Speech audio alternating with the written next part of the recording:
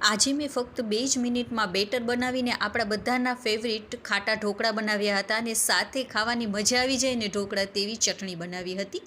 તો આપણે બનાવવાનું શરૂ કરીએ. તો તેની માટે મેં અહીંયા 1 કપ જેટલો ચણાનો લોટ લઈ લીધો છે, સાથે અડધા કપ જેટલો ચોખાનો લોટ લીધો છે અને 1/4 કપ જેટલો રવો લઈ લેવાનો છે. આપણે જે ઝીણો બારીક રવો આવે છે ને તે લઈ લીધો છે.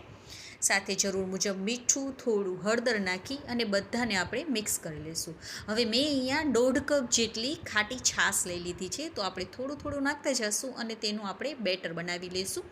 બેટર બની જાય એટલે તેને 2 થી 3 મિનિટ માટે એકદમ એવું એક જ ડાયરેક્શનમાં આવી રીતે ફેરવી લઈશું, જેથી કરીને એકદમ સરસ એવું આપણું ફ્લફી હળવું બેટર બની જશે.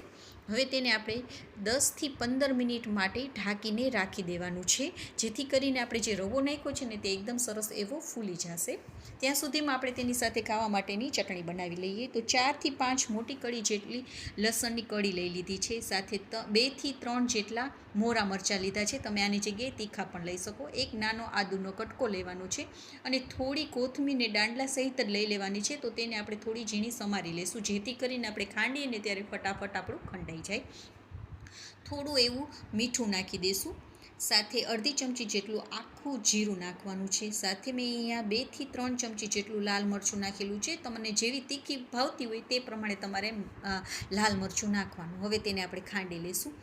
તો આપણી આ ચટણી તૈયાર છે. એકદમ ટેસ્ટી લાગે છે. તમે સવારે નાસ્તામાં ભાખરી સાથે, પરોઠા સાથે પણ ખાશો ને તો પણ ખાવાની મજા આવી જશે. હવે જેમાં પણ તમારે ઢોકળા સ્ટીમ કરવા હોય તેમાં તમારે તેલ લગાવી દેવાનું છે. તો જુઓ આપણું બેટર તૈયાર છે. તો હવે આદુ અને મરચાંની પેસ્ટ નાખી દઈશું. હવે મને થોડું બેટર જાડું લાગતું હતું તો મેં થોડું એવું 2 ચમચી જેટલું પાણી નાખી દીધું છે અને તેને આપણે મિક્સ કરી લઈશું. તો જુઓ આપણું બેટર તૈયાર છે. આવું બેટર આપણે થઈ જવું જોઈએ. તો હવે તેમાં મેં અહીંયા 1/4 ચમચી જેટલો મેં અહીંયા બેકિંગ સોડા નાખી દીધું છે. તમે આની જગ્યાએ ઈનો પણ નાખી શકો છો. 1 ચમચી જેટલું તેલ નાખી દઈશું અને હવે આપણે એક જ ડાયરેક્શનમાં ફેરવી અને આ બેકિંગ સોડાને એક્ટિવેટ કરી લઈશું. અને તરત જ હવે આપણે જેમાં તમારે ઢોકળા બનાવવાના હોય તેલવાળી જે આપણે ડીશ કરેલી હોય ને તેમાં નાખી દઈશું. તો આપણા ઢોકળા થોડા પતલા જ હોય છે, તો આપણે 3 થી 4 ચમચા જેટલું આપણે આમાં ફેલાવી દઈશું. અને મેં પહેલેથી જ પાણીને ગરમ કરવા મૂકી દીધું હતું. તો પાણી પણ આપણું એકદમ સરસ એવું ઉકળી ગયું છે. તો તેમાં આપણે હવે આ ડીશને રાખી દેવાની છે અને ઉપરથી આપણે લાલ મરચાંના પાવડરને સ્પ્રિંકલ કરી દઈશું. તમે આની જગ્યાએ કાળા મરીના ભૂક્કો પણ સ્પ્રિંકલ કરી શકો છો, તે પણ એકદમ સરસ લાગે છે. હવે 10 થી 15 મિનિટ માટે આપણે હવે તેને સ્ટીમ કરી લઈશું. ફૂલ ફ્લેમ ઉપર જ સ્ટીમ કરશું. તો જો એકદમ સરસ એવા આપણા ઢોકળા બનીને તૈયાર થઈ ગયા છે. આવી રીતે ચાકા વડે જોશો ને તો ચાકુ તમારું એકદમ કોરું આવશે.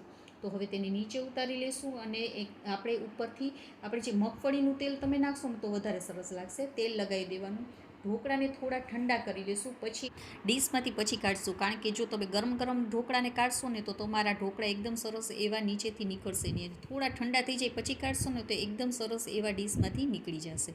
તો જો એકદમ પોચા રૂ જેવા આપણા ઢોકળા બનીને તૈયાર થઈ ગયા છે. તો તેને મેં આપણે જે ચટણી બનાવીને તે અને ઉપરથી થોડું મગફળીનું ચટણીમાં તેલ નાખી દીધું છે. તેનાથી તેનો ટેસ્ટ બહુ જ સરસ આવે છે. તો તમે પણ આવી રીતે એકવાર જરૂરથી ટ્રાય કરજો અને જ્યારે પણ ઢોકળા ખાવાનું મન થાય ને ત્યારે તમે આવી રીતે બનાવીને કરી શકો છો, ખાઈ શકો છો. તો તમે પણ એકવાર જરૂરથી ટ્રાય કરજો. એકદમ ટેસ્ટી લાગે છે અને તેની સાથેની ચટણી તો બહુ જ સરસ લાગે છે. Okay friends, bye. જય માતાજી.